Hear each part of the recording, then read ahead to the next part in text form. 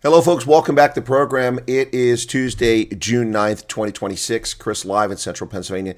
My guest today is kind of unusual. We don't do this very often. I've done it twice, to be exact, in the 60-plus interviews I've done with South Africans who are involved with the refugee program.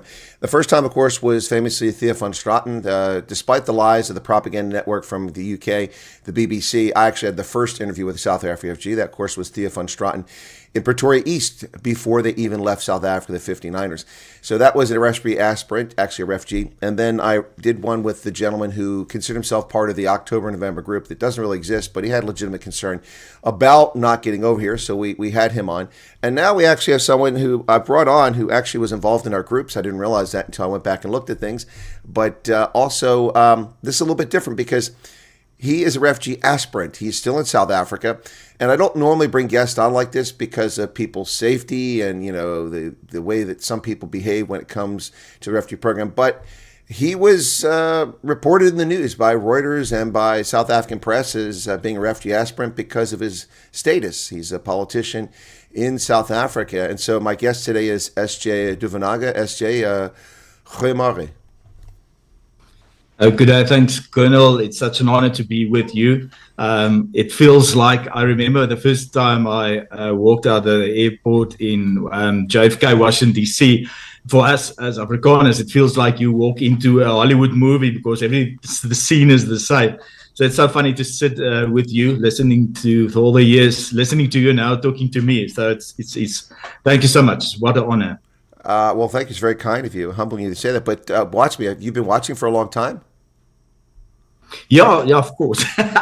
Well, South Africa's watching you for a long time. Not everybody has. My channel only had 20,000 subscribers in 2024, so not everybody has. But well, that's awesome. I'm glad to hear that you're watching. So let me ask this question. You to start here. So you're an aspirant. You've applied for the program. You're still in South Africa. You work in politics locally. And you remember the Freedom Front Plus. How did the press get wind of the fact that you're coming over? Did you share this? Was it intentional? Did they out you? Because it doesn't look like it was a malicious thing, but I'm just curious because I go out of my way not to identify aspirants because we've had people whose family members are TERS and tell their employers they lose their jobs. Other people get threats and things like that because this program is falsely maligned all over South Africa. So I'm just curious how the press got wind of the fact that you were an aspirant. Did you do that or did someone out you? Yeah, I think both. Somebody asked me if I was willing to speak to the BBC about the program. Nothing about myself. So I got a call from London, and the gentleman was very friendly. So he just asked me what my idea is, why I would go as a refugee from Afrikaner side. He didn't even know that I was in politics or part of the Freedom Front at all. So it was nothing to do with politics. So it was about a conversation about 10 minutes or so. And 2 days later, the same gentleman called me and said, listen, you really explain everything so nicely. Would you be willing to talk to us? So I said, as long as it is about the Afrikaner and the struggle that we are in and why we would take part in the refugee program, I'm willing to talk about that. So they came and we did a program. It's not aired at this stage, about 3 weeks ago. And all of a sudden, somebody heard about that. And then Reuters phoned me, and I think that was the worst mistake I've ever done. So Reuters said, they heard that I was on BBC and I'm willing to talk to them. I said, well, wait for BBC and you can take the information from them. And she said, can she just make a call? And I said, yeah, well, I'm willing to tell the same story. And then all of a sudden Reuters was at my house and they did the same thing. And so from there, it was really a bad experience. I think it was a terrible story that I tried to run. It didn't make sense. There was no context about the whole story. I think they just want to run the whole Freedom Front thing, and that's where we are today. Well, I have to say that I try to caution people. Of course, I've dealt with the press for well over 30 years. I've been in the press. I've dealt with national strategic communications. And it's unfortunate that many people in the media aren't genuine journalists. They're propagandists. They're yellow journalists. Their goal is gotchas and not to tell a story. It's a shame. We have some people still left in media to do that. Anyway, so a lot of refugees always ask me to talk to me, and I said, talk to whoever you want to, but just be informed about who you're talking to.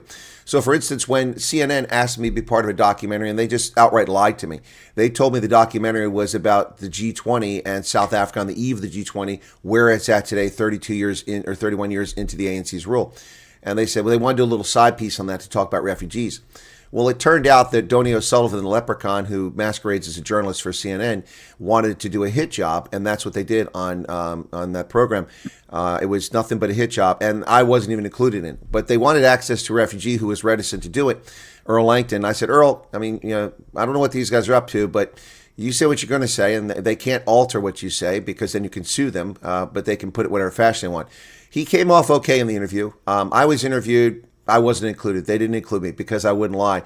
They wanted me to. The question they asked me, SJ, was, so what gives Trump the right to bring these white farmers over here? And the first thing I said is, what farmers? This isn't a farmer program. He's like, what? I said, no, read the website. It's not for farmers. I've been saying that. This was July last year. I've been saying this for 6 months. And it's not whites. It's for racial minorities. And he didn't like that. So he asked the question again. He said, what gives them the right? I said, the Immigration Nationality Act of 1980. It's public law. And then from there, it was obvious that I would never be in the documentary. So I'm sorry you had a bad experience. And that's the challenge. That's why a lot of people are so reticent to come on camera and talk. In fact, most of the Indians who've offered come on this side, they're so worried about perception that almost every one of them, to a man and woman, has said, I'll come on your program, but I want a pseudonym like you give to some people, and I want to be off camera. And I said, why? Because I've told my family I came on H-1B visa working in the tech sector or something like that. Yeah. No, it's true. Well, at least I felt honored to be on your program, so it was all worthwhile.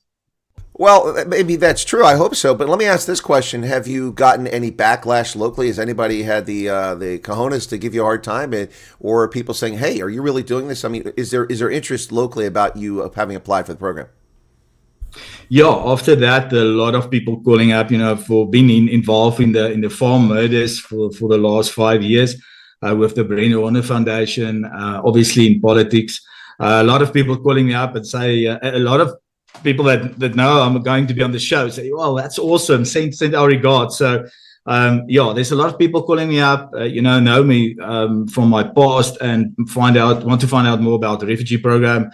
Why am I going? What do I think they should do? So Media 24 actually went with a nice story on Thursday.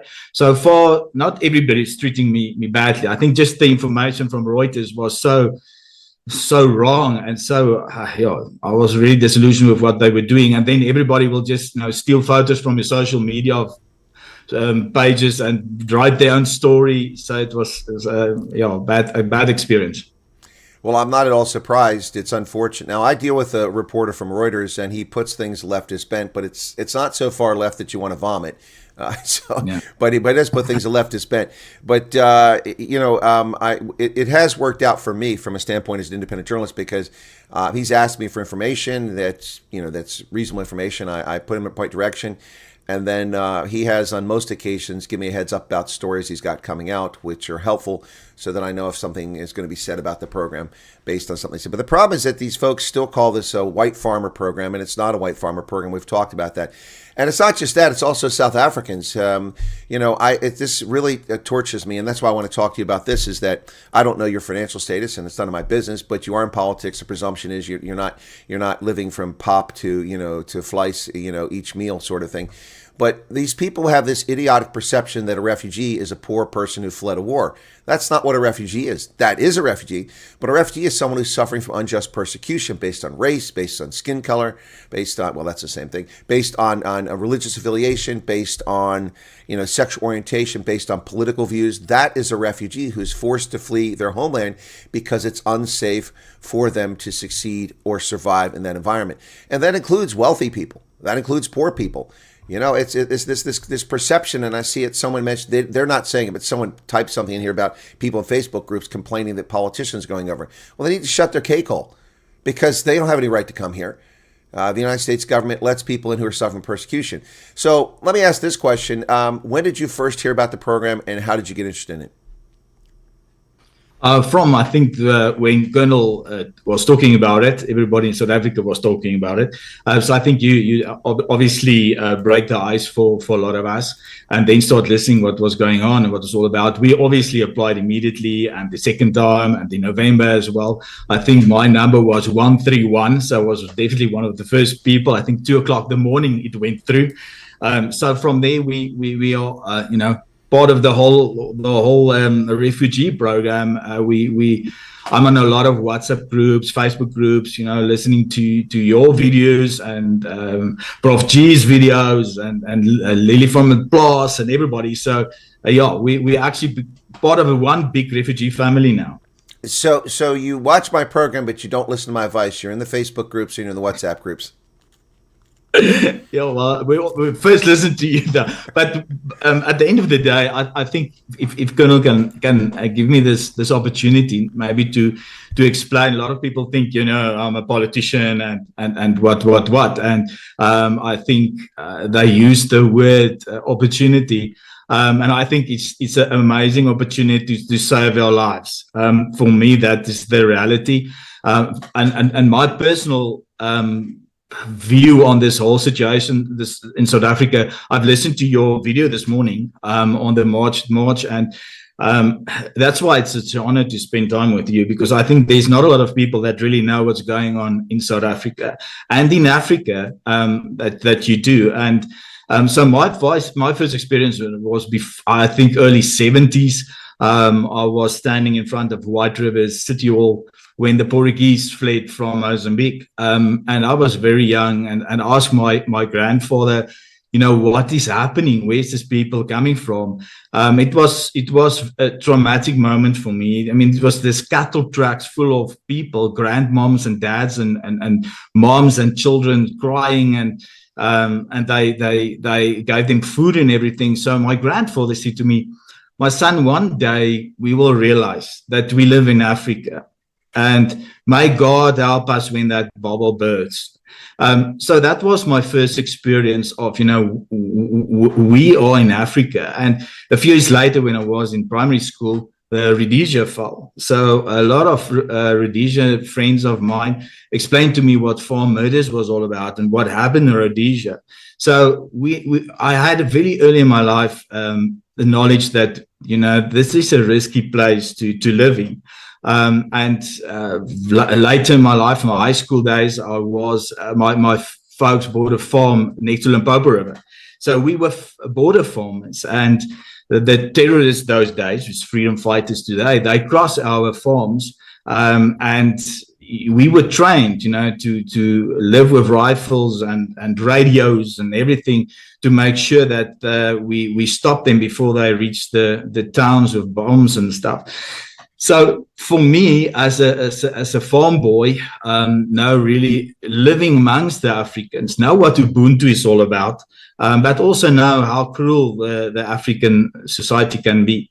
I was always involved in high school with politics and debates and everything. And when I joined the army, I went to military intelligence.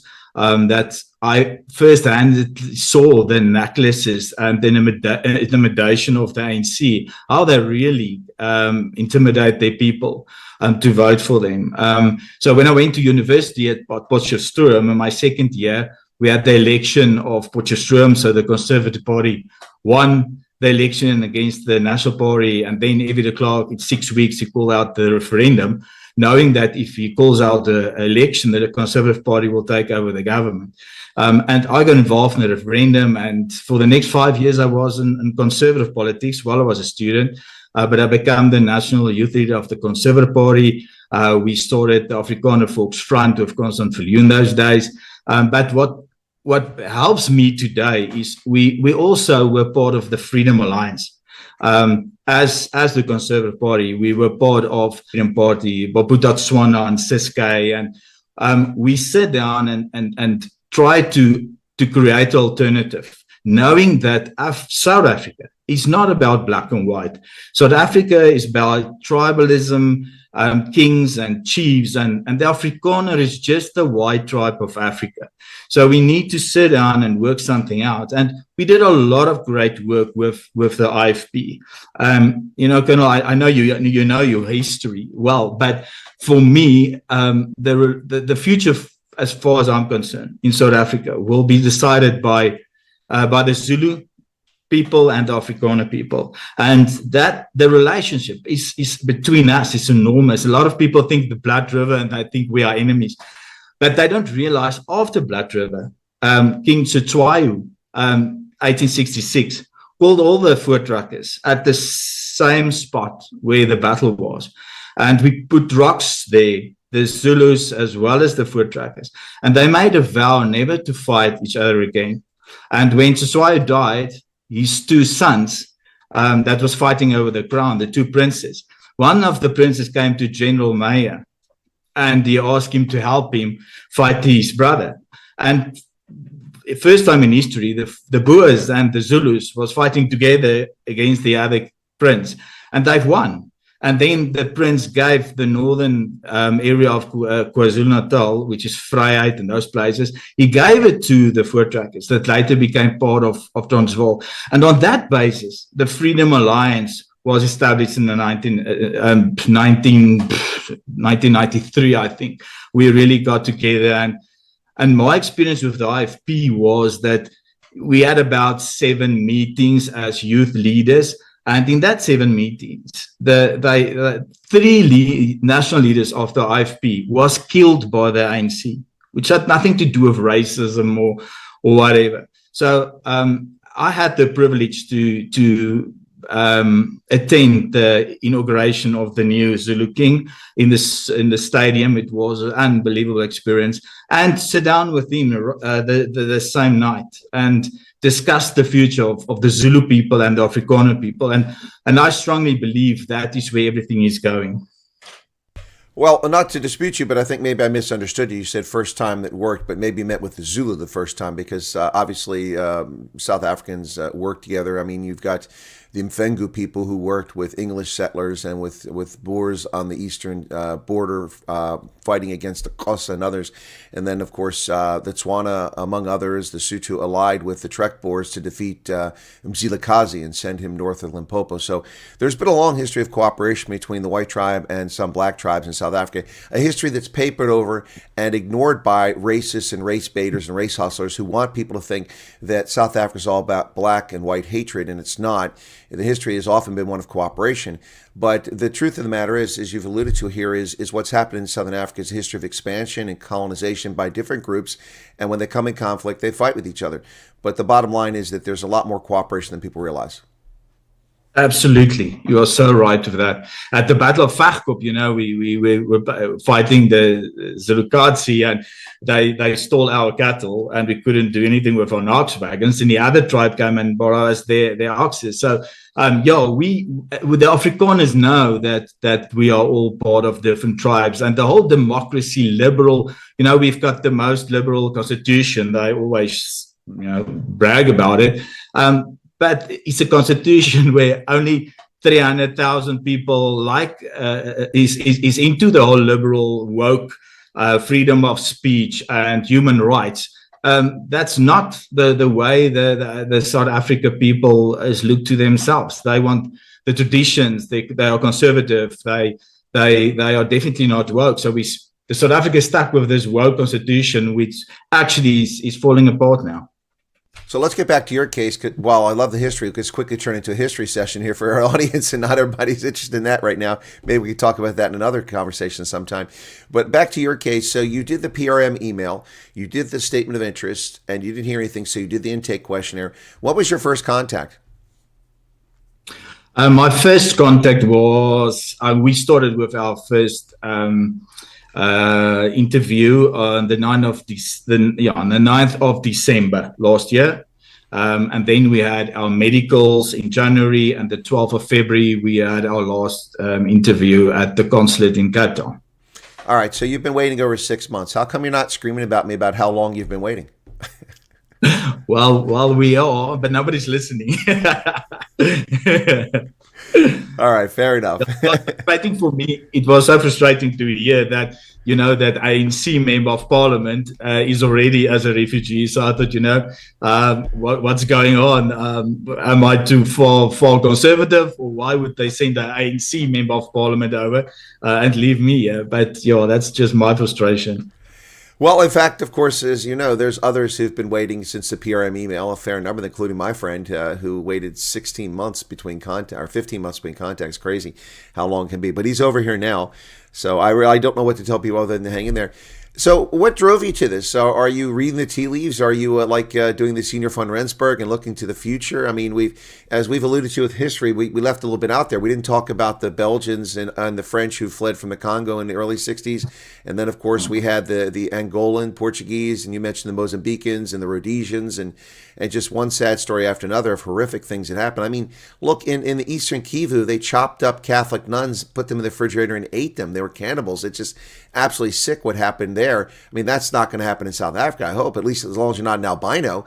But that's I mean, this is a truly tragic, sad, violent, human rights abusive nature towards people of European descent in Africa. And people don't want to admit that, just want to claim that racism goes one way. Yeah, it's very true. I always remember one night I was standing in the office of the Conservative Party a few weeks before the election, and General Constant Viljoen had a conversation with Dr. Hartzenberg, who was those days the leader of the Conservative Party, and I was there.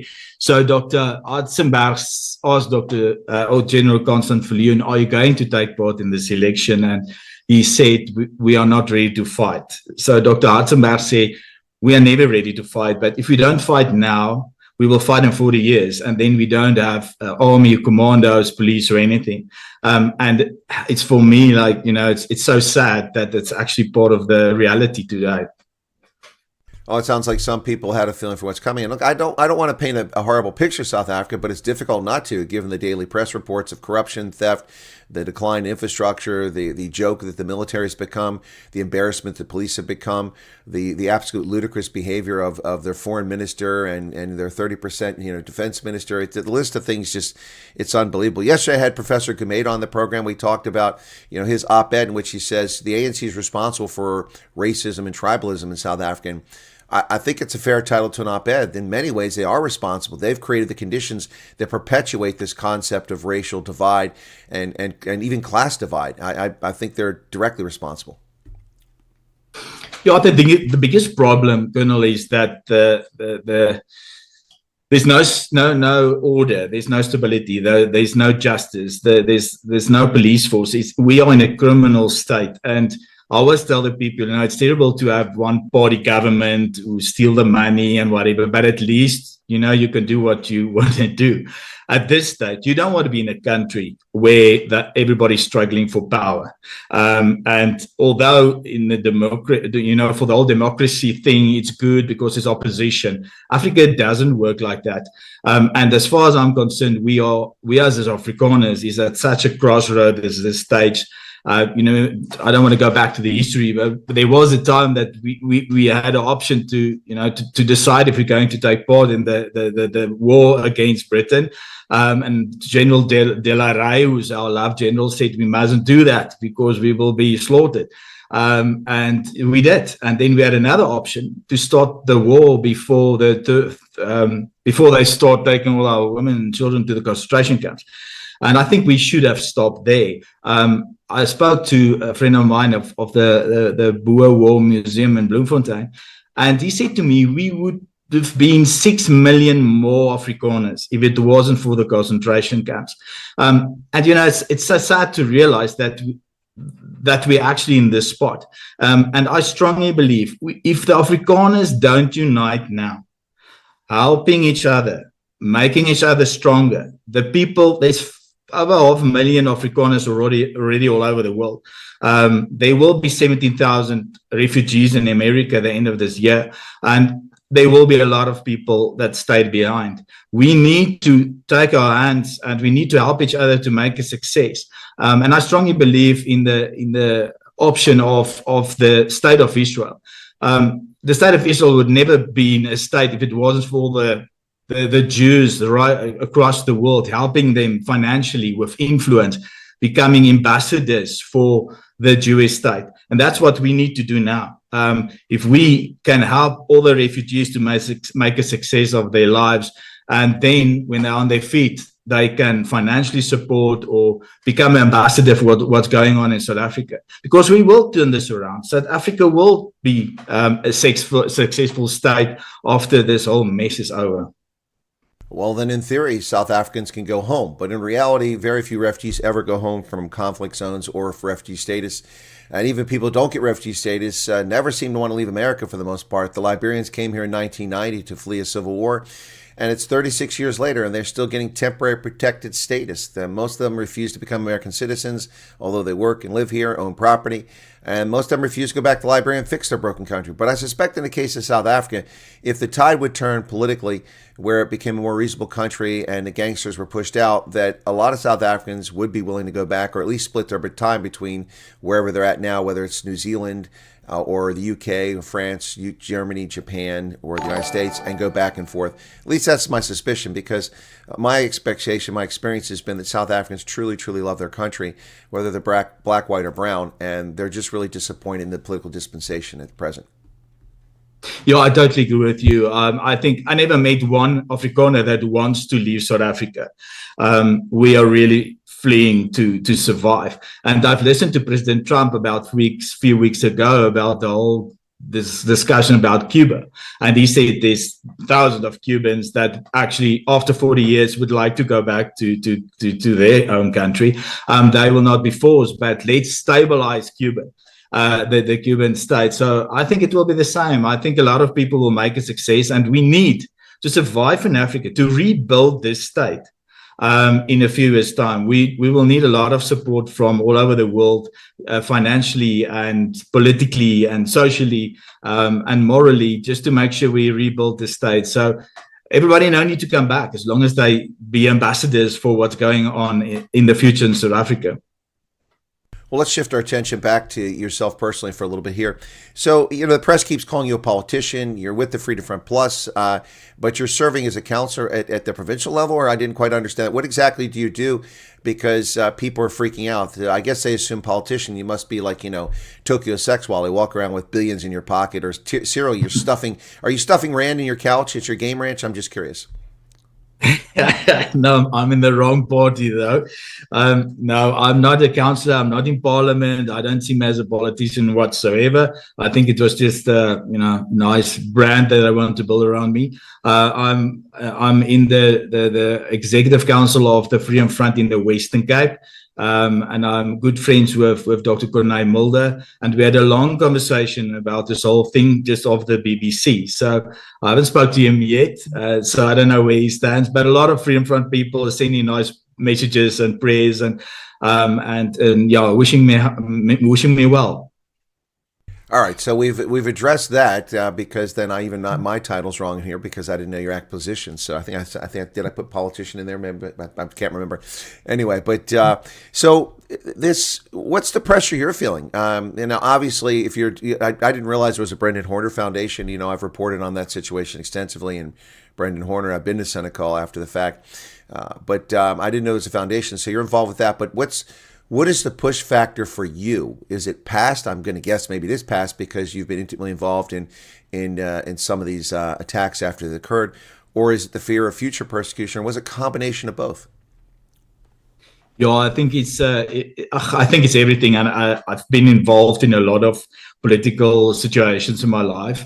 But the trigger for me was the farm murders. I lived in Cape Town, and when the whole Senegal thing happened, I remember there was a guy that's waving a white flag and said we must, be peaceful and whatever. So I got so angry. I got in my car and I drove all the way from Cape Town to Senegal and said I want to plant a cross here where he was killed. So I didn't know anybody. So I just started driving around and find out where's the farm. And everybody would say, what's your agenda, from who are you and whatever. So it was challenging. So I got the place and I made a video and said, I'm going to plant the cross here. It's Monday. Friday, the court case, the second Senecal will be in town.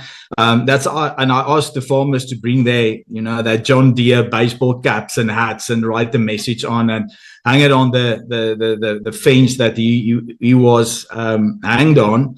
And then a few hours later, the farmers asked me to help them out by bringing all the farmers together at the area where the Day of the Vow was obviously held. It's about 16 kilometers outside town. So it makes sense for me, to get all the people out town, but close enough to do something if we need to make a stand. So my agreement with the police and the boers and the farmers was, as long as you let us know what's going on in town, I will try to get everybody at the Day of the Vow. So I organized a service there. We got the mom and girl of Brendan there, and I got a pastor, and we got together and prayed. After that, I got a lot of attention from the FF, saying they were going to kill me and stuff like that. And a few years, about 2 years later, then we founded the Ben Horner Foundation, and me and Johan, my partner, got involved in the whole farm murder thing, and we went from court case to court case and tried to motivate the people to keep going to the court cases. First time everybody's there, and all of a sudden then they just leave the momentum. So we were involved in the whole farm murder process with Ben Horner, work with their family. Use a lot of money to get intel on the farm murder of Brendan. It's close to 6 years now. There's no justice for Brendan. And you remember, you were so much involved. The police minister was there with his helicopter, and Malema was there, and this whole thing. And with that whole high-profile farm murder, nothing is still happening. And we actually know it was. We know where they are. And the police is so involved in this whole thing that nobody's doing anything.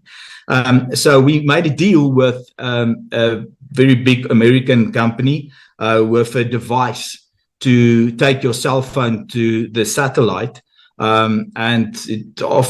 Just before we need to sign the deal, I had a debate with Carl Neas of the FF.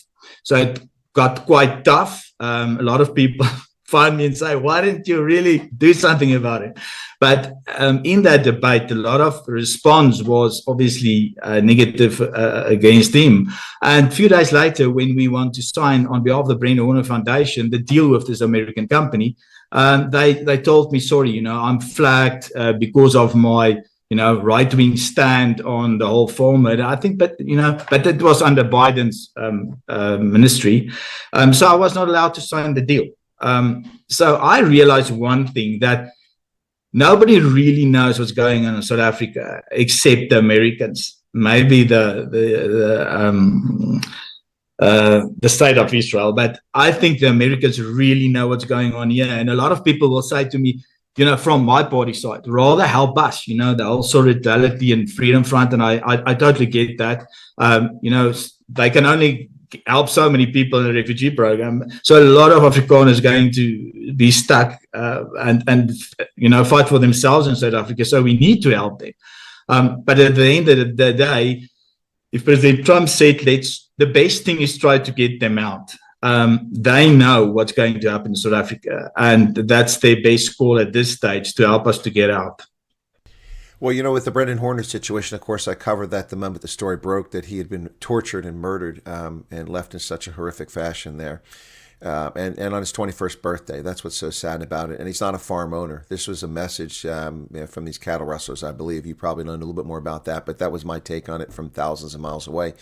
To my knowledge, I think Newsroom Africa was the only media outlet that showed up at the original court case when the two, usual suspects were arrested and arraigned, and they had them in court.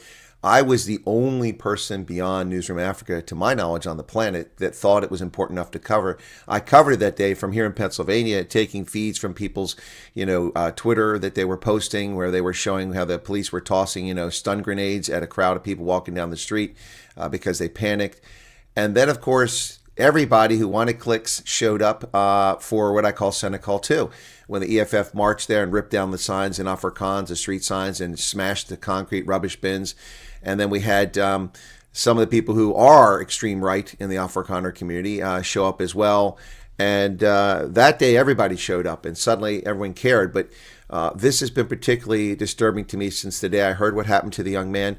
No one deserves that fate. And this lawlessness, this callous disregard for human life has disturbed me all along. One of the reasons why I've reported on this, and I don't just report, as you know, on farm murders. I report on the brutality of violence against South Africans, black, white, and brown. It frustrates me to no end that we have all these clowns that always want to break this down to race when it's criminality, but it's not just criminality. In the case of Afrikaners, it's also targeted, and white people because of the presumption that they're rich, or also a case of let's get even with whitey. All of that plays a role, and to hear people say that Afrikaners or racial minorities in South Africa are not suffering from racial persecution, I'm gobsmacked. Any objective observer can see what's happening.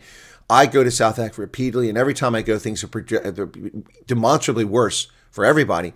But the targeting of people. I mean, last year when I was there on my trip, I had a white lady in Blobergstrand who came to me to my meet and greet, and she said, she was carrying her small infant out of a Pick and Pay in Parklands, in a nice area there, a Cape Town suburb. And a black guy came up to her in broad daylight in the afternoon and said, "Give me your keys." And she was dumbfounded. Give you my keys for what? To your car. Fuck off, go to America. You're a refugee, aren't you? What the hell is that? I mean, you tell me that's not people being persecuted because of their skin color, then you're delusional.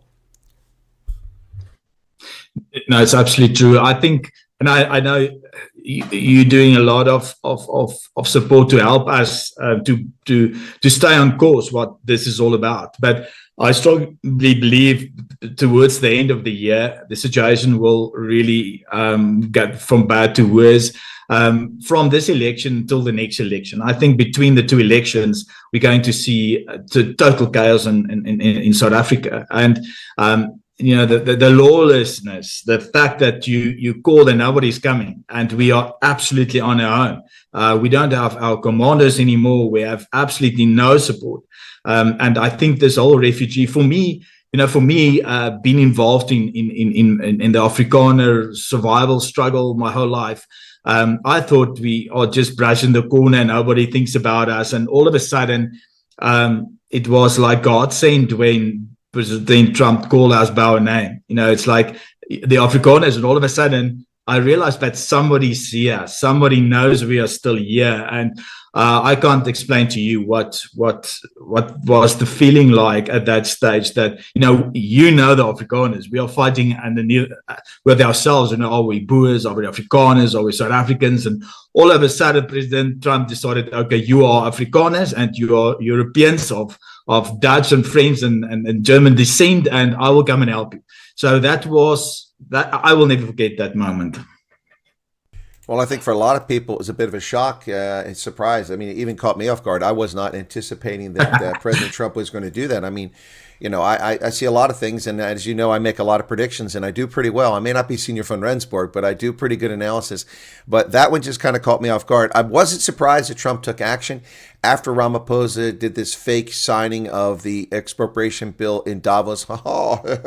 He'd already signed it in December, which violated the Constitution. He never announced it to the Parliament, so now they couldn't get 1/3 of the members to oppose it to the Constitutional Court. But when he did that, I wasn't at all surprised that there would be consequences for South Africa's government.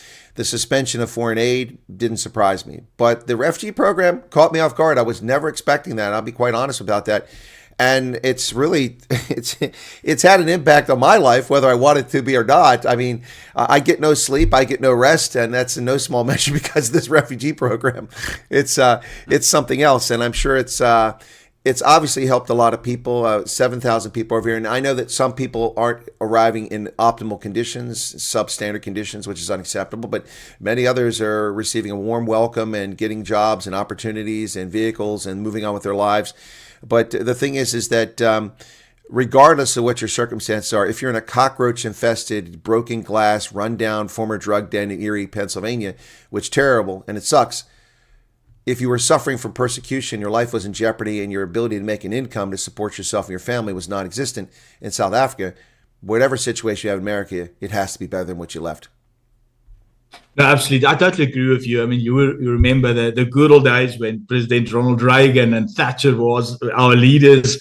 They were supporting our Afrikaner governments, and President Ronald Reagan explained the necklaces, and Thatcher said it was a terrorist organization. But I never experienced, or I never would thought that the American president will actually help us in this way. My personal experience when I visit America as a guest of the Young Republicans in the early 90s, I was guest of honor at Regis University, was one of the 17 universities. And after my speech, a professor asked me to come and have dinner with him. And on that conversation, I said to him, I don't understand why, we were with America. We were fighting with them, the Bush war and the border war against the communist Cubans and the Russians and the mix and everything. How could you just 10 years later, hand us over to a communist state? And he said to me, don't worry, if it doesn't work out, we will come and help you. So when President Trump said, I always remember that professor from Regents University said, don't worry, we will come and help you if it doesn't work out. So luckily, he was right. Well, I don't know if the U.S. is coming to help, but I will say the following. If Ronald Lamola keeps putting his foot in his mouth, and Fikile Mbula and Gwede Mantashe, who's increasingly less relevant, and Ramaphosa keep insulting and attacking the United States, well, then there will be some help coming from the U.S. If it wasn't for Gaza and for Ukraine and for the Iran situation right now, Trump would have more time to focus on a place like South Africa. As it is, it's a tertiary concern at best, and I think he thinks he's done what he needs to do for now. But the government of South Africa keeps intentionally insulting America and undermining our foreign policy and attacking us, and there will be consequences at some point. You can count on that. Trump's in office for over 2.5 more years, and when he's gone, it's likely we're probably going to see Rubio replace him, or maybe Vance, but certainly I think probably Rubio will be the guy to come in and win it. And then that's another 4 years or possibly 8 more years. And South Africa's government could suffer an awful lot of pain between now and then. And if they think the Chinese are going to save them, they're you know what happens? You know what happens when people zol? They lick the zol with saliva, and then they share that zol. Yeah, so I think that's what's happening with some of the people in the ANC government. We've got a parade of clowns that have no concept of decorum, diplomacy, international relations. I mean, the raid on Woodmead was a colossal mistake. In fact, I think the government of South Africa is so lucky the United States has not taken to the ICJ over those violations. They should. Yeah, absolutely. And I think, if it's, although the refugee program is really a challenge for a lot of Afrikaner people, we really need to unite and make it work.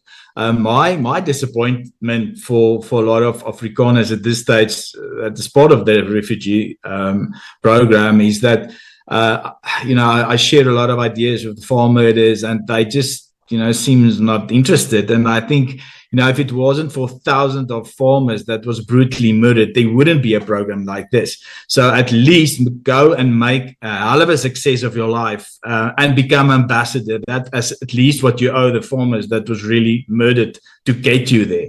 And I strongly want to support that kind of thinking in the refugee program. It's terrible for me to think they just leave and say, I don't want to do anything to do with South Africa anymore. This is my life, and I'm working on my future. And I think it's just not in the spirit of the program. That's a fascinating thing you just said, and I never made that link, at least publicly. I've never said that, but I guess that's one way to look at this. The Brendan Horners, the Edward Neumeisters, the Braun family, and all the others who've been brutally tortured and murdered by racial thugs in these attacks on farms. We just had a guilty verdict against the scumbags who murdered the English botanist in KZN. That just came out today. I guess in some ways, the refugee program is built upon their loss. I had never really thought about it that way, but I think it's a fair point, the Brendan Horners. Yes, for the last few years, I had the greatest honor to be the guest speaker of the Day of the Vow all over the country. And for me, the greatest experience was last year when Brendan's mom and dad came to my speech, and afterwards I went to them and said, listen, I am on the refugee program, and I'm doing it for Brendan. I will make a success of my life for the price that Brendan paid, and I will be true and an ambassador to whatever happens in South Africa. We will not let you down. And I think that is the kind of attitude we need to build on our future, and we need to unite. The Afrikaner, we will disappear in history if we don't work something out now between ourselves. Well, and also I think something I've been pushing it for several years, and I think that Afrikaners need to take this to heart. You know, your natural allies are other folks too. You know, it's not just Afrikaners, coloreds, Indians, coloreds more so because you share DNA with them and language and religion in many cases. But also beyond that, you know, while it's still in South Africa, you have natural allies like the Sotho, and even though there were 4 or 5 wars against them, they're still natural allies, and the Tswana are definitely natural allies. I think that South Africans, Afrikaners in particular, need to open their tent up broader and look at their fellow, you know, brothers and sisters who share the same values as them in faith, family, flag, and believe in order. If that's the key to success in South Africa, and I think because this program is not an Afrikaner program, it's for racial minorities, that people need to recognize that, and people need to work together because, I mean, you know, Steve Hofmeyer has a lot of colored fans, not just Afrikaners. I totally agree. I think what is important is that we are not in a freedom struggle. We are in a survival struggle. And I listened to an old police general that was involved in his town while the KZN riots went on. And he actually saved that town because he rushed to the police station and started negotiations with the taxi bosses. And the taxi bosses actually closed the roads. And the woman was making food in the town hall, and their husbands took the food to the taxi guys that was blocking the road. And I think that is the communities need to sort their future out. And I always have a great respect for General Roland de Vries plan of the communities need to safeguard themselves and make plans. And I think it will come together if we get to that stage. Well, let's hope for that. But in the meantime, the program you mentioned by the end of the year, but let me correct that. By the end of the fiscal year, there could be as many as 17,000 South Africans here, which is 30 September. That leaves October, November, December with the new fiscal year the U.S. goes into and a new cap, whatever that number may be. I suspect it'll at least be 17,000, if not 30 or 40,000 for the coming year. Now, of course, that's without any inside knowledge. I'm just looking at capacity, and I think that they'll be ramped back up to the point where they'll be able to handle that number, whether the administration wants to do it or not. But let's go back to the point I've made since the outset of this program. Since the 7th of February last year, I said, make no mistake. Regardless of how many people come to America as refugees, whether it's 20,000 or 200,000 or 400,000 or 500,000, there will always be Afrikaners in South Africa. It is who they are. It is where they are from. It is where that identity was forged. It's where that ethnic group was forged through a combination of German, Dutch, French Huguenot, and also Khoi, San, and even some South Asian, and then later on the addition of Portuguese who came there, among others. But it is an identity. It is a people that will always exist in Southern Africa, regardless of the pressures they face. What we need to do is remove the underlying issues that are pressuring South Africans so that Afrikaners, Boers, the Tswana, the Venda, everyone can flourish. Get rid of these criminals and turn it into a brighter day. Yeah, absolutely. I totally agree with you. I think the future really look bright. We just need to get through this. But a lot of people will be killed, and this country will go up in flames.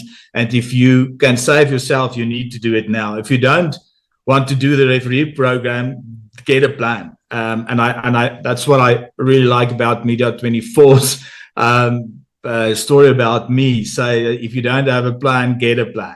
And that will be my message. You know, you don't need to leave the country, but you need to sort something out to safeguard your situation in your the district and the towns and the farms where you're active and live now. You know, it's interesting for me, SJ, because a lot of Johnny-come-latelys who come to this issue and those who fly by in the night. Of course, we've had Lawrence Sutherland, who went to South Africa, did a documentary, and she doesn't talk about it anymore. We've had a bunch of people appear on social media who suddenly are advocating for Afrikaners and are opposed to farm murders. They fly by, they come and they go. For me, it's frustrating because for decades in the intelligence community, this was a topic I was talking about. I made the link to what was happening to the border farmers in Rhodesia, how they were being slaughtered back during the Bush War, and how this was going to happen in South Africa at some point, regardless of whether there was the new dispensation or not. Before 94, I was saying this. So I've told people about the intelligence community for years, and it was hard to get traction. And then since the moment I've retired from active service in 2019, I started doing this in early 2020, just a couple months later. And I've been sounding the clarion call about the violence in South Africa and about the targeted attacks on Afrikaners in particular and reporting on it. And a lot of Johnny-come-latelys come along. But for me, I was gobsmacked when Trump mentioned the refugee program. I was like shocked. I didn't think anyone would ever do something like that. I wasn't in favor or opposed to it. I'm more in favor of getting rid of the criminals in the South African government. That's what I'm in favor of. But for me, after all these years of talking about this, something finally happened. And to be fair, I don't know if I had any influence on that whatsoever. I probably didn't. I made a lot of people aware of what's happening in South Africa, but I doubt that I had any impact at the national level. But who knows? Whatever the case is, Trump listened, and maybe it was because of Tucker Carlson a few years back. I don't know. But the bottom line is that at least some attention is being shed on this. And they can lie about this every day, but the facts belie their lies. I mean, South Africa, I know they want to talk about 52 murders, but that's nonsense. They're going off the most recent quarter when the numbers are down slightly. But the actual reality is 82 people per day are brutally murdered in South Africa, and it happens all over the country. The amount of money that's been pilfered and stolen by politicians and the gangster contracts handed out to corrupt cater BE tenders is beyond comprehension. PPE scandal, Freighted Dairy Farm scandal, Travelgate, Oilgate, and Conla. The list goes on and on and on. Zandile Gumeda, the asbestos tender. It never ends. And it's been so much that people lose sight of it. And it's refreshing for me that at least some people are opening their eyes about what's happening in South Africa after all these years. Yeah, it's actually sad, but I think what we should always remember is that for the whole woke liberal way of thinking, they build a concept of what South Africa is supposed to be. And we were sold this rainbow nation. That was really never part of the heartbeat and the essence of who South Africans is. And I think they missed the ball totally, and it's exploding in their face. So for the whole liberal way of life that's starting to sell it now in Europe and America and all over, South Africa is a terrible reality for them. And I think the fact that President Trump just focused on us is not just about the whites or the Afrikaner thing. It's to show, the liberal way of thinking of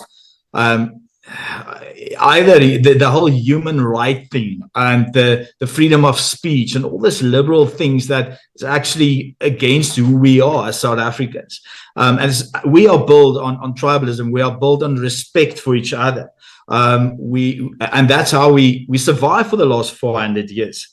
And this last 30 years of, it's such a lot of bullshit we've been sold, and they and the youngsters just think that's what the reality is.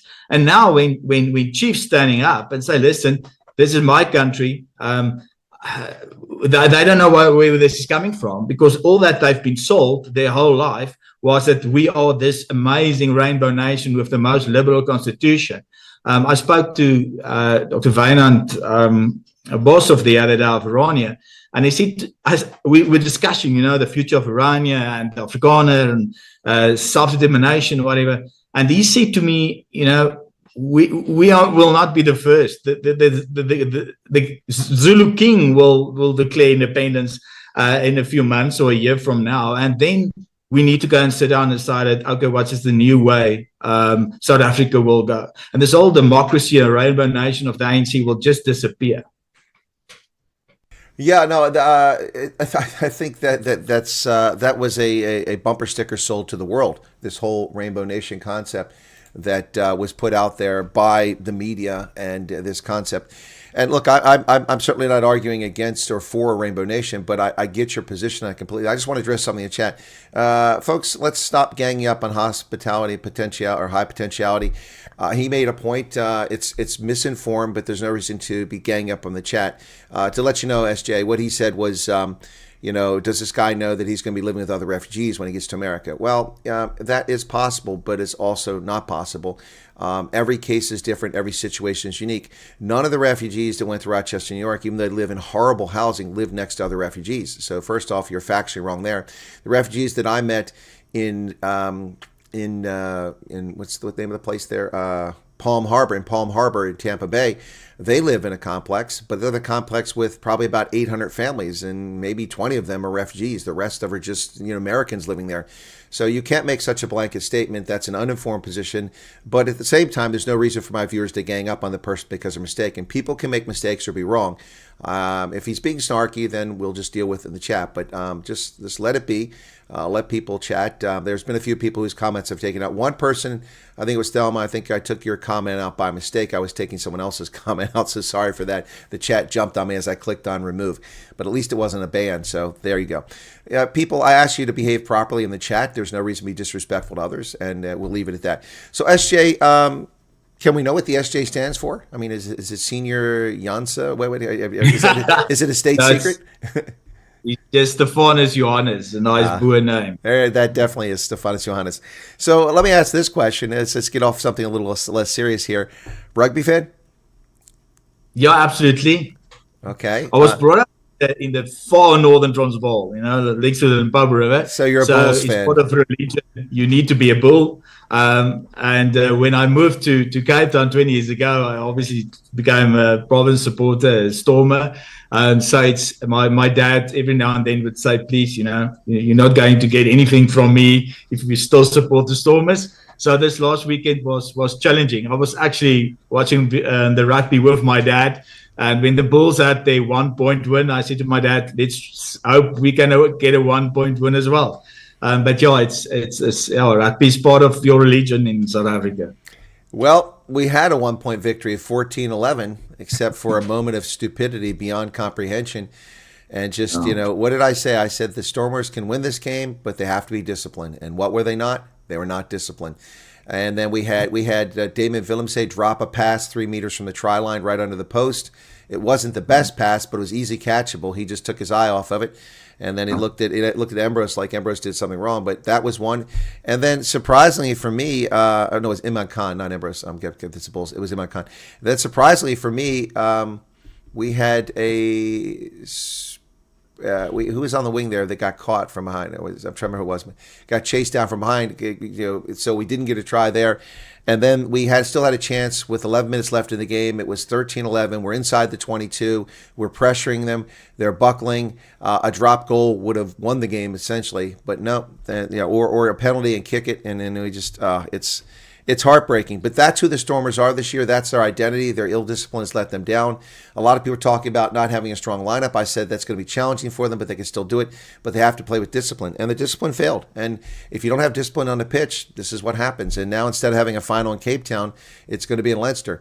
The Bulls can win, though, and I'm rooting for them. Yeah, absolutely. I'm with my dad in that one. The whole South Africa will support the Bulls. All right, so I'm going to start deleting comments over here. I see some people who are abused as children. They're Shark fans. We're going to have to take them out of the chat. Just kidding. If there's any Cheetah fans, we'll let you chat because we feel bad for you. So if you're a Cheetahs fan, that's a suffering position. So SJ, what's next? You're waiting. Have you at least listened to my advice about going on with your life and not portal watching, or do you go to the portal every 5 minutes to see if you've been approved? No, it's challenging though. I mean, I've been waiting close to 4 months now. So, I'm very much involved in the election campaign.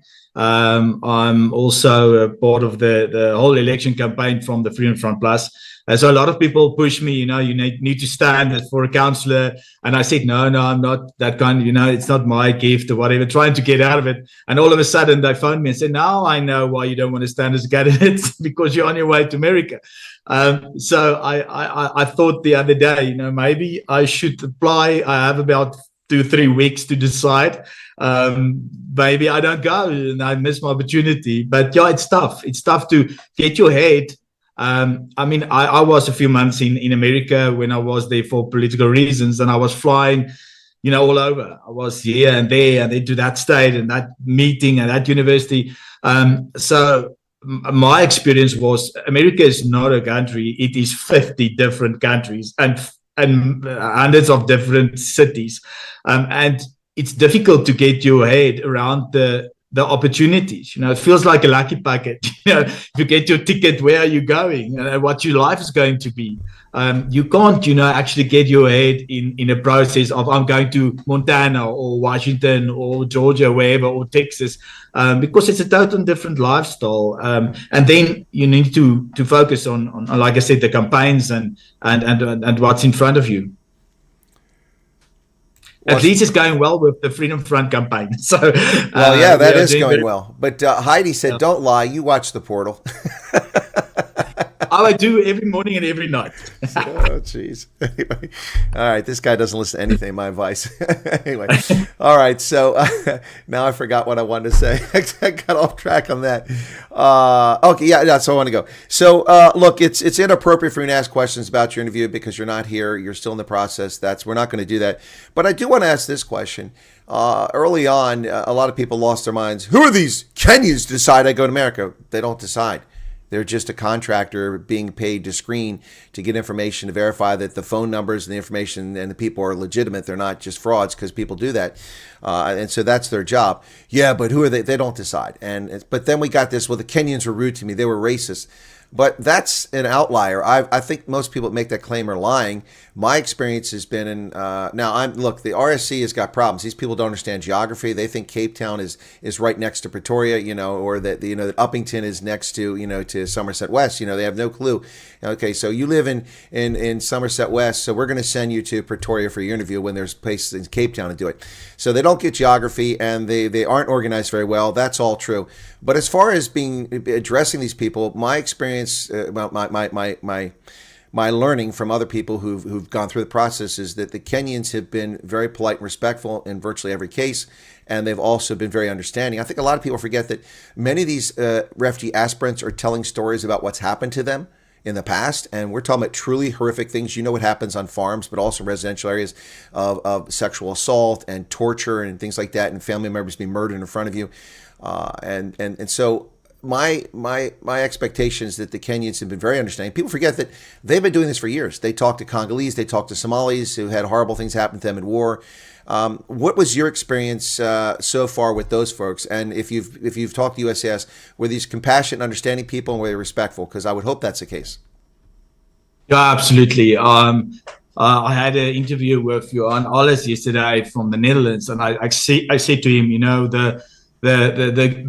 the guy that did my interview from Church World Services was unbelievable. He would actually stop me and say, listen, I'm so sorry that happened to you. So for me, I was just blown away by the sincere, really care what they acknowledge what I was trying to get across. It was my experience with the consulate was really bad. I listened to you, and I made sure I was really giving all the information through. And I remember I was sitting there in the consulate, and there was like 5 windows, and the people would go up and call, and within 40 minutes they leave. And all of a sudden I was called in a corner office. They closed the door, and 6 hours later they said I can go. And I was sitting 3 hours outside, and they called me back another hour. And the lady was not really nice. My frustration was that I think I expected somebody that really know the past, and especially the situation that I was when I was in politics when I was a student. She was very young and had no context to my situation. But the last hour, just before consulate was closing at 7, he said to me, we're trying to figure it out that, you're not a violent person. You've never been in any violent situation, but you're conservative. You've always been involved in farmers, whatever. And he said to me, so you are actually one of those Alternative for Germany people. I said, no, I'm not in Germany and I'm not Alternative for Germany. This is a total different situation. We're just trying to survive in Africa. That's what our struggle was all about. So I was shocked. It's more than 4 months now that I didn't hear anything. And I thought I would be at least part of the first 7,000. So hopefully I will be part of the 10,000 that's going over the next few weeks. Well, to be fair, of course, many people are under great pressure. Dante van Wyk, there's actively EFF people trying to hunt him down and murder him because of the judgment against Julius Malema. And he's not here. He's still not here. The Bielefelds, involved in that situation with the car chase in the police station a few years ago over there. They're not here. They've been approved but not come over yet. So I'm sure you can understand that with your political history, whether they're well informed with South Africa or not, they had to ask a lot of questions about your background there. But what I find distressing, and this is, I wish I was in the State Department right now as Undersecretary for African Affairs because I would get involved in this program to a greater degree, is that it seems to me that, and not your comments, but previous comments or from other people, is that we have a number of people who are in our bureaucracy in the State Department who are woefully ignorant and or to some degree bigoted against South African, particularly white South Africans. In fact, that comment about the AFD shows me bigotry and ignorance on the part of that Foreign Service officer who, in my view, is a retard, because if you follow the AFD, they're not what that person implied. And to link a South African to a German political party on the other side of the world, why? Because you're white? Or because they consider you right-wing? Wanting to live a life and practice your faith is not right-wing, it's human.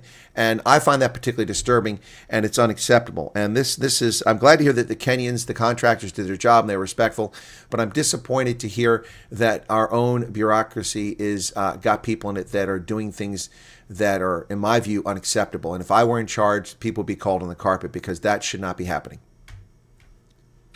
No, absolutely. I wrote a letter to the ambassador through my political influence.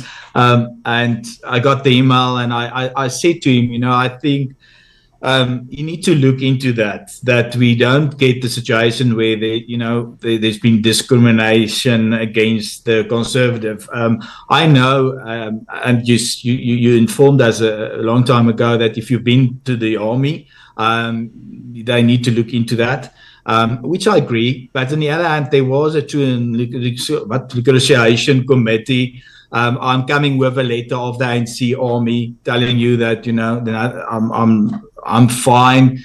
So as soon as you're in the army, your interview is 2 hours longer. You're getting callbacks, and I don't understand it. I really don't understand it. And then obviously, when you say you are in a conservative or Afrikaner organization, friends of mine was asked the other day, can you prove that you're not a member of AfriForum? For me, why do you need to prove something like that? What if you are in other AfriForum? What if you are in Boerelegioen or Zuidlanders or whatever? It's not a racial thing; it's a survival thing. And just give that. They are. It's easier to send some IT guy from Sandton over that's a youngster that never done anything in the Afrikaner community. He's not involved. He doesn't belong to an organization. But as soon as you are loyal to your community and you belong to a safeguarding organization or something, you are this risk and you sit there for hours. And I don't get that. Well, the problem I have with this is that's come up a lot recently too. Are you a member of AfriForum? So what? It's a civil rights organization that advocates for civil rights for all South Africans. And if you're too, pardon the language here, but if you're too fucking stupid to know that, it says you shouldn't be screening refugees because you're a fucking moron. Are you listening, State Department? Are you listening to what I just said? Get these retards a little education. AfriForum is not some right-wing organization. Just because you fucktards read the Washington Post and can't pay attention to reality, that's your stupidity. Knock it off. AfriForum is not some great, colossal, right-wing experiment that the media paints it out to be. I'm sorry, SJ, but I'm really getting hot under the collar about this sort of nonsense. And I'm not here defending AfriForum. I have no dog in the fight with them, but I know who they are. I see what they do. I watch them do neighborhood patrols. I know Zeerust. I went through Zeerust hundreds of times. I lived in Gaborone, and I went through there many, many times. But I never knew there was an Indian neighborhood in Zeerust until I did a night patrol with AfriForum. Not a single member of the Indian community joined us. Not a single member of the Black Township community joined us. No one joined us. There were no colors there. Zeris has almost no colors. But all white people who voluntarily used their petrol, their time, put their lives on the line, drove around in neighborhoods at night to ensure the safety of the public at no charge to anyone. And I discovered as an Indian community in Zeris, which shocked me to be unbelievable. I'm so sick of this stupidity. These people need to get their heads out of their asses and learn about South Africa, or step aside and let adults enter the room. Okay, I've got that out of my system. Yeah, you look like Prof G. He needs his tablets to calm down. I want to ask him what tablets he's using, because I want that as well. No, but I totally agree with you. I would say, if you have somebody that is really involved in his community and play a role and is on the refugee program, that guy deserves to go over, because he knows what's going on. He did the effort to safeguard his community, and still he wants to flee from this country. But yeah, I think that it's just not fair. Now, Bossy said that their interviewer from USCS was very clued up, very professional. Same thing for pre-screen. Okay, that's good to hear. But I mean, look, the problem is we rotate people through.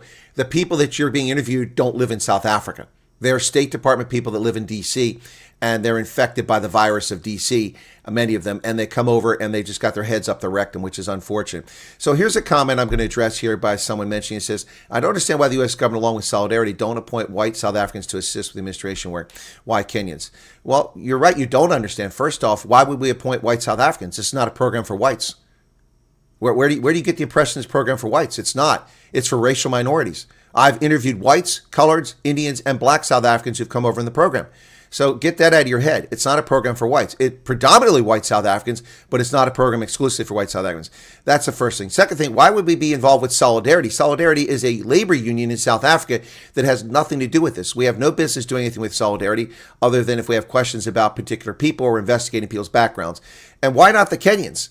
It doesn't matter who does it as long as they're capable of doing it. The problem I have with the Kenyans is that they don't understand geography. And they don't understand what's going on in South Africa. But that doesn't mean they're not compassionate. Listen to what SJ just said. They are compassionate, they're understanding, and they're doing their job. But the problem is the program is administered poorly, in my view. And that doesn't have anything to do with the fact that they're Kenyan. It has to do with the fact that Church World Services is screwed up. And also, Church World Services has no business being involved in this program. They have a vested interest in this because they're filing lawsuits against the Trump administration, which means that they have a conflict of interest. They should be excluded from this. Some other contractor should be doing this. That's the bottom line. That's my take on it, SJ. You don't need to comment on that, but I just want to get that out there because this concept that this is a program for whites needs to be dismissed because you're contributing to the false narrative, because the false narrative is what undermines this program.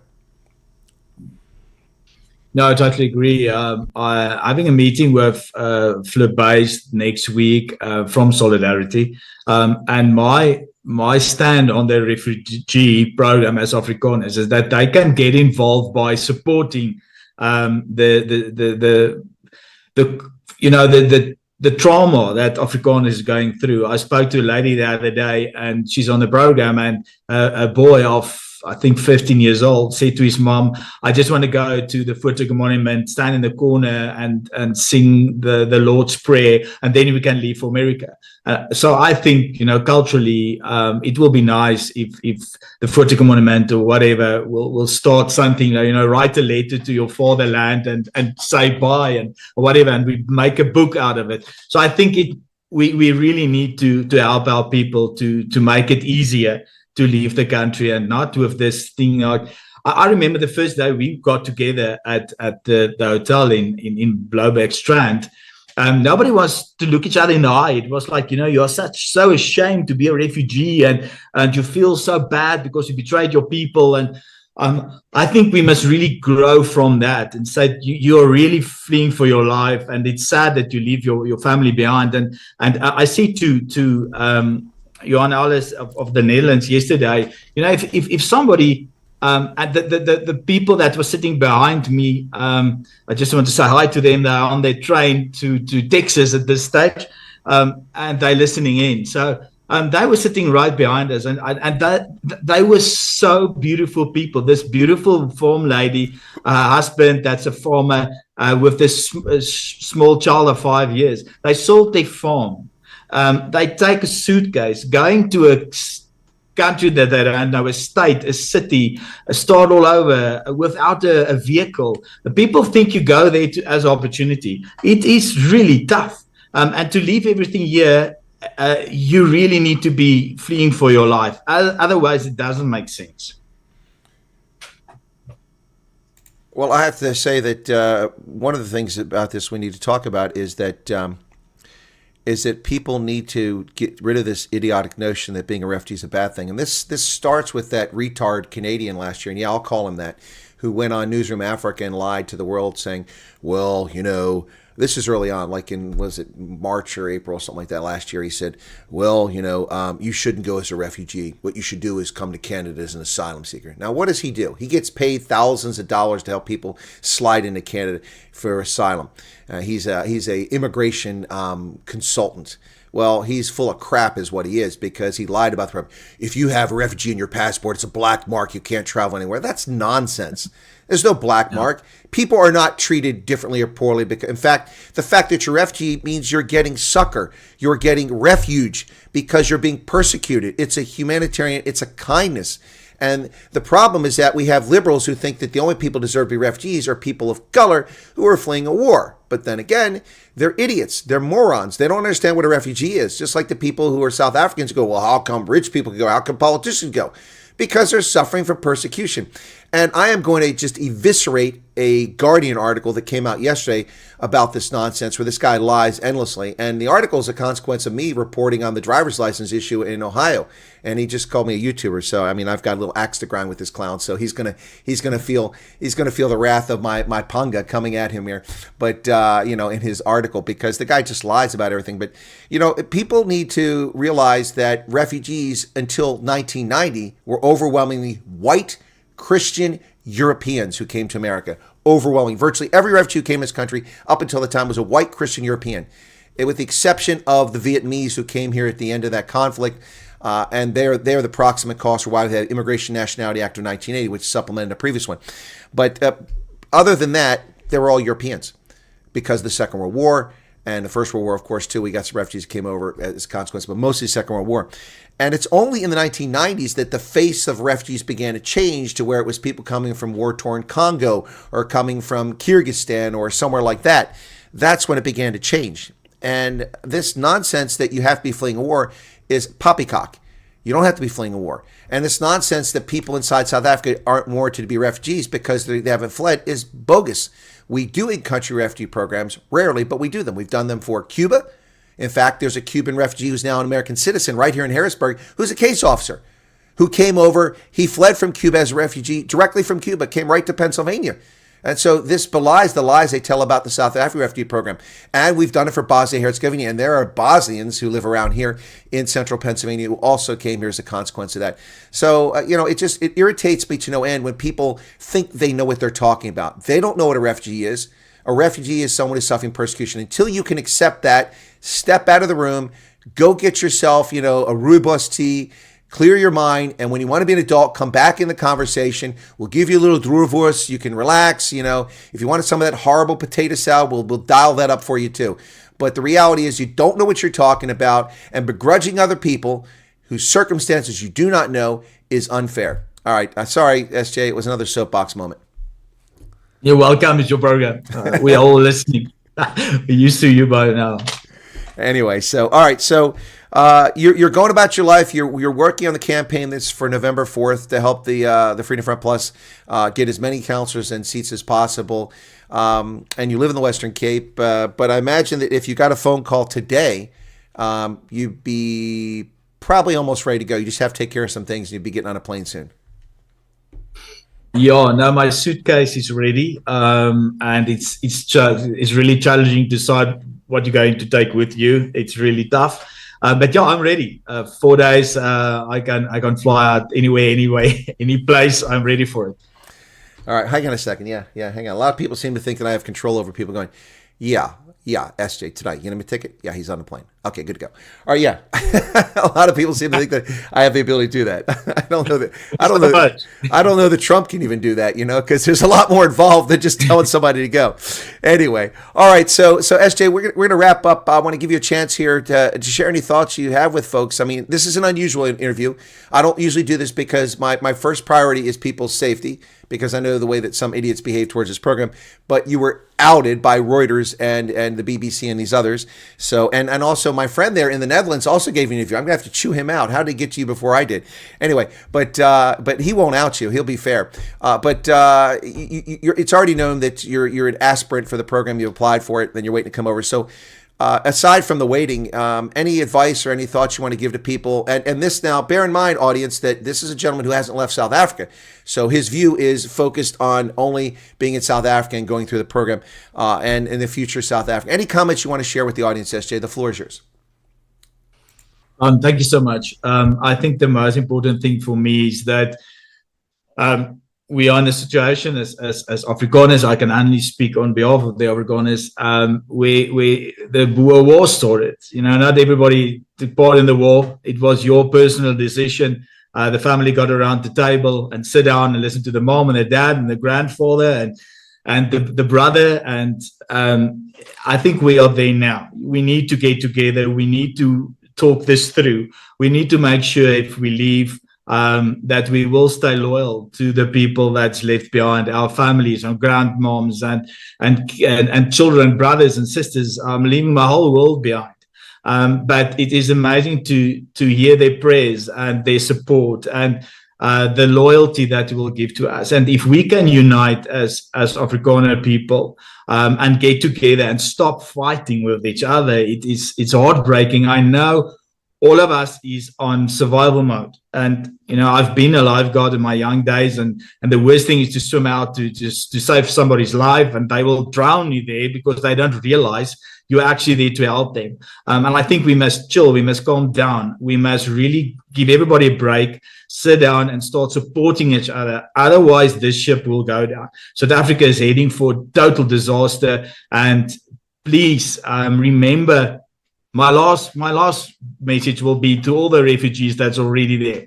I've got no idea if I will ever have the opportunity to become a US citizen, but you are. So at least honor the death of so many farmers and make a success of your life. Become an ambassador for who you are. We are an incredible nation with close to 400 years of experience in Africa. Take whatever you have, your religion, your belief system, your way of life, and make one hell of a success in America and show the Americans who we are and stay loyal to what's happening in South Africa. Thank you so much for the honor to spend time with you. Oh, it's my pleasure. Thanks for coming on. And I just want to make one more comment before you head out, and that's that Arno said that I'm blocking his refugee status because he's a Sharks fan. And I want to clarify that point. No, I'm not blocking your status because you're a Sharks fan. I'm blocking your status because of your dodgy electrical skills. And I'm concerned that you're going to do what you do in South Africa, come over here and mess around with electrics and knock out an entire grid for some major city in America. We don't need that. So we're calling Arno Sparky now because he had an electrical problem recently. So that's an inside joke for those who know it. So anyway, thanks a lot, SJ, for coming on the program. If you want to chat again sometime, maybe about the election coming up, if that's clear with your party, I've got a very good working relationship with your party, and I'll be promoting the election coming up here very soon as we want to get people out to vote to turn the tide in South African municipal elections. But you're welcome to come back on the program. Thank you for your comments and for your willingness to come on the program. A lot of people seem to enjoy the conversation. Bye-bye, Donkey.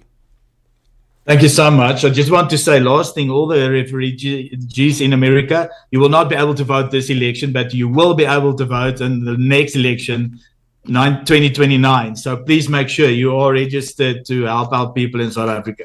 Why won't they be able to vote in this election? It's a municipality election, so you need to be in your right. ward. It has to be national. You have to be present. That's right. Okay, yeah, that's a good point. Yeah. Okay, all right, very good point. All right, thanks a lot, SJ. I'll let you drop off, and we're going to go to the news. Thanks, buddy. All right, there you go, folks. That's SJ Duvenaga from the Freedom Front Plus, who is a refugee aspirant. Let me help him there. He's having a little trouble. There you go. Who is a refugee aspirant, and thank you for tuning in. Be sure to hit the like button if you haven't done it already. Feel free to leave a comment behind. Also, I don't know why people want to come on and put negative comments here when you don't have the facts. Listen to what's said, ingest it, and then if you disagree with it, then make your statement. But an awful lot of, there were a few negative comments in here, and I removed them. They were unwarranted. If you don't like it, then you don't have to watch it. If you don't like the person, you don't have to be here. Anyway, thank you so much for that. For all those who had nice things to say, thank you for that. And those who asked good questions, thank you for the questions. I did my best to bring them in, but it isn't always possible to bring all the questions in. We'll have the news up here in about 6 minutes. I might be a couple minutes late at the top of the hour because I need a short break here, stretch my legs, and get ready. But please stick around. You'll be automatically redirected to the news program at the top of the hour. Israel has begun striking Lebanon again. That's going to piss off the Iranians. They'll probably start firing missiles at Israel if they have any left. So let's get ready for an escalation of that conflict. And my thanks to my guest, S.J. Duvanaga. Appreciate you being here. And I appreciate your support for the Stormers. You got religion, even though you grew up a Bulls fan. Cheers.